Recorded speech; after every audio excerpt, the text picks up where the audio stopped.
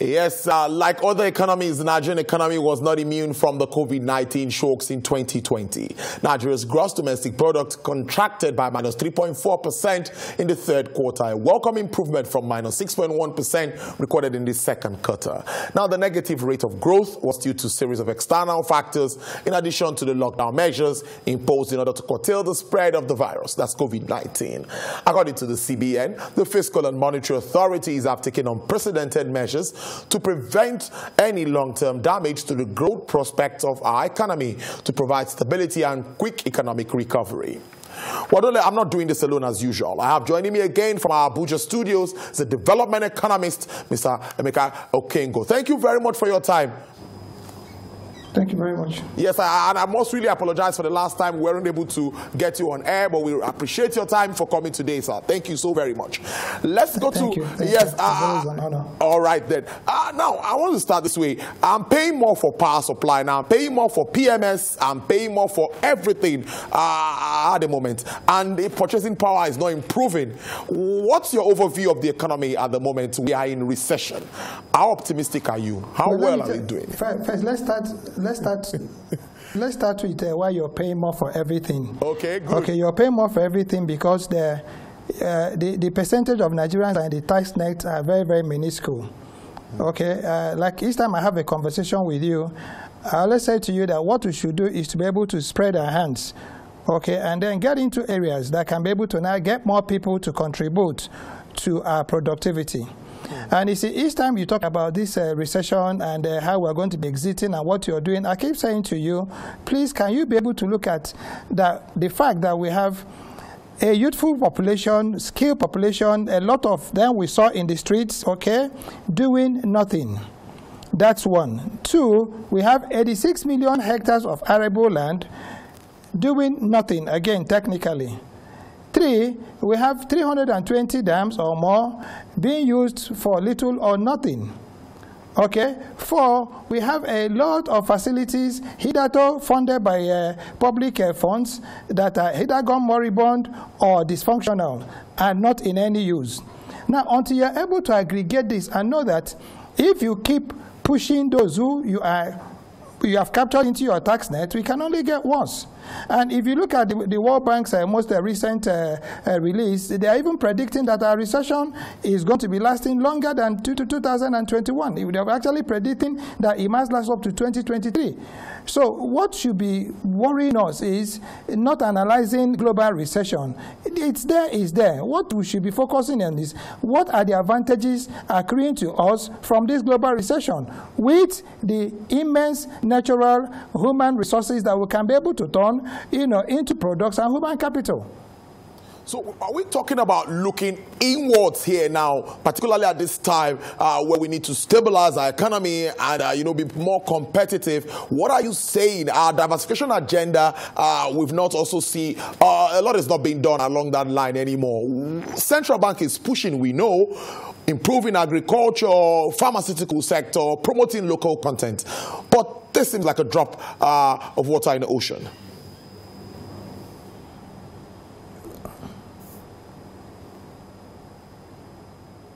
Dr. Okengo, did you get my question?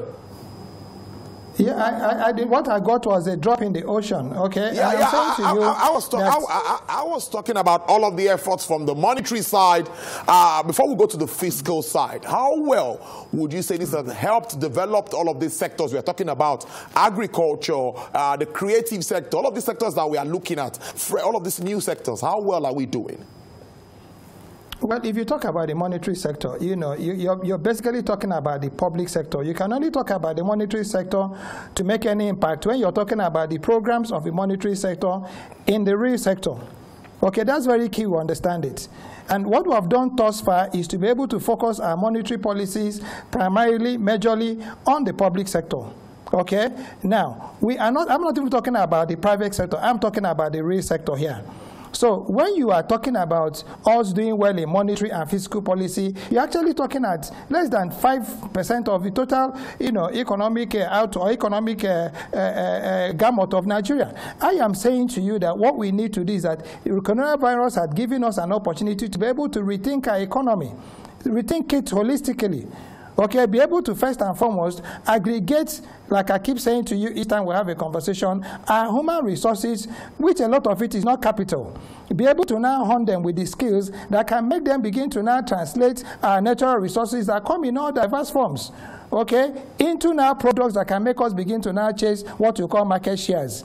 Now, but if we are fixated with CBN monetary policy, you're just going to be interrogating, public sector programs. And 80% of the times, they do not trickle down. We have not been able to build those synergies even between the national and the subnationals, least private sector, and of course, where therein lies the real sector. So the major challenge we have, my brother, is that we are still fixated on the old order. Okay, and if we're going to be fixated on this order, I don't think we're going to be making a lot of progress. That's the truth. Are you going to agree that we need oil to diversify and to move away from all of this dependence, like you're saying at the moment? We have the Economic Recovery Growth Plan, which we worked on. Now we have the Economic Sustainability Plan. That's another document that we're working on. How does this come to you? Who worked on that document? What you're talking about, we? Nigerian government presented that document. No, it is the Nigerian federal government. Yes. It's not the Nigerian government. Okay. Okay, it's a federal government program. Yes. And you must know that there are subnationals. Okay. Now, if you wanted to do an economic sustainability program, you are from Lagos State, or what was your input? You are from the broadcasting subsector. What was your input?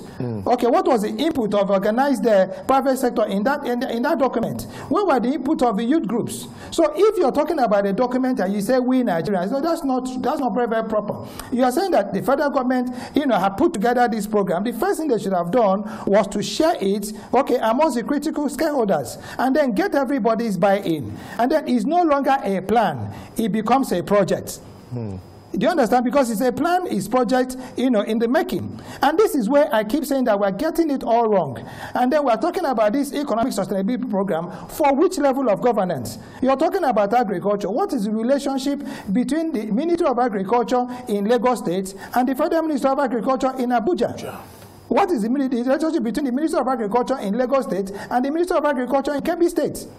Okay, what is this common shared, programs that we are doing nationally? And that's why I'm saying that what we should be able to do is to look at our land mass and look at our population. The moment you look at the land mass, okay, the land mass now is able to now give you your natural resources and your endowments. You look at your population, this is where your human skills, come in. And then you look at your technologies. This is where how you now aggregate these three things is what makes you either a developing or an undeveloped nation. So when you keep talking about plans, being brought together by the Federal Executive Council, comprising maybe the President and his ministers, and then, some select members of the ESCO, that's okay. Okay, that should have just been a draft document.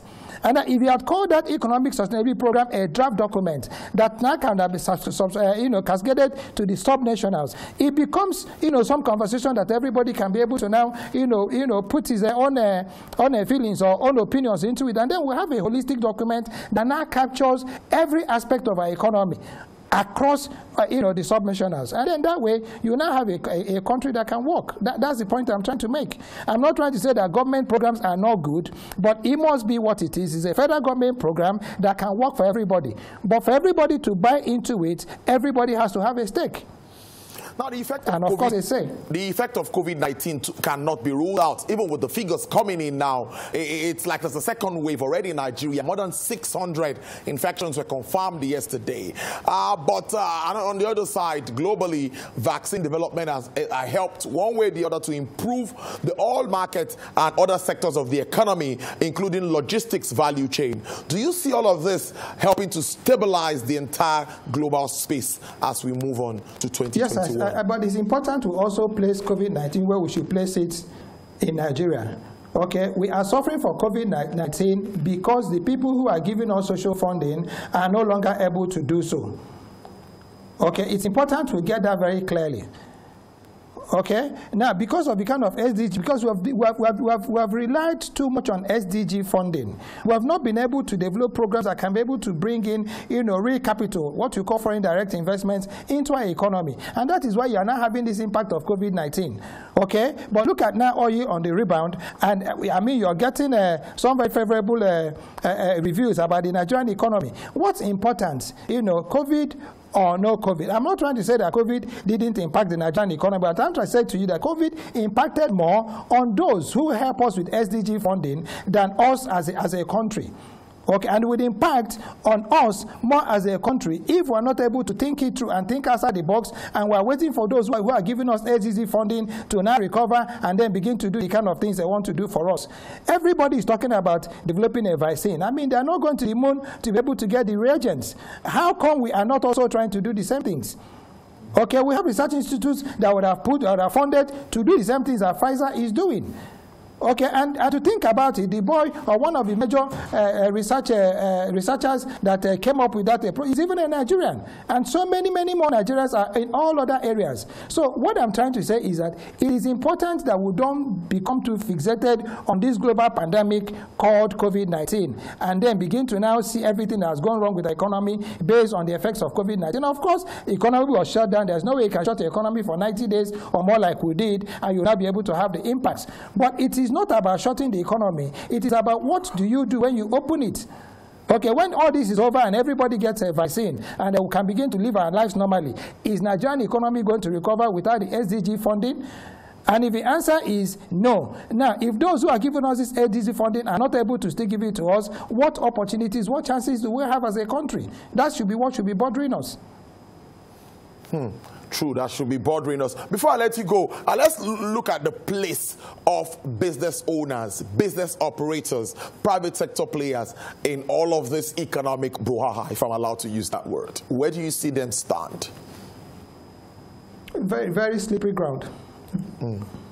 Very, very slippery ground. Very slippery ground. Very slippery ground. You're talking about everything you said you were paying higher for. Okay, they are paying much more. Okay, there is higher cost of energy, there is higher cost of transportation, there is higher cost of fuel, okay, and this is all going into the products, and there is no purchasing power, there is no disposable capital. So they are not even on slippery grass, they are on sinking sand. Okay, that's the truth. So, and if you're not able to now, also now develop economic stimulus programs that now really relates, okay, speaks to the issues on hand, you're just going to be having these academic, programs that will just keep announcing, successes of monetary and fiscal policies, and they are not impacting on the people because you are not touching those who are at the root of the matter. And those who are at the root of the matter are those who are producing those inputs that you require to be productive.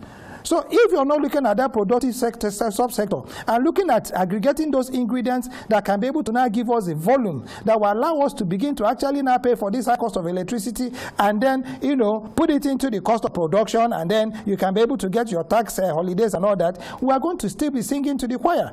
So it's not all about throwing money and then saying, no, we're going to be giving you. And again, another very major challenge is this issue of every kind of funding you get in Nigeria, has to be some debt funding. We have not been able to develop, that capacity to start also now doing green funding or patient capital. That's also very, very critical, because a man who is down might not really be interested in taking a loan, and then he has to now be able to support that loan, with whatever it is he needs for him to be able to get it. And he might not have these things available. So if we're not able to also introduce some kind of grant system into the economy, or some kind of patient capital that can be able to walk people, out of these economic doldrums, we might just also now be flooding the whole place with debtors. Cost of capital is not any cheap. Even if you are getting it at 5%, what is important is not, actually the cost of money. It is the cost, of the products and sustainability of your production, and of course your sales. If you do all the production and you are not able to sell, you will still be where you are. Indeed. I must thank you very much, development economist Emeka Okengo. Thank you very much for joining us from our Abuja studios, making sense of the topic of discourse. I appreciate your time, sir. Thank you so much. It's an honor to be here.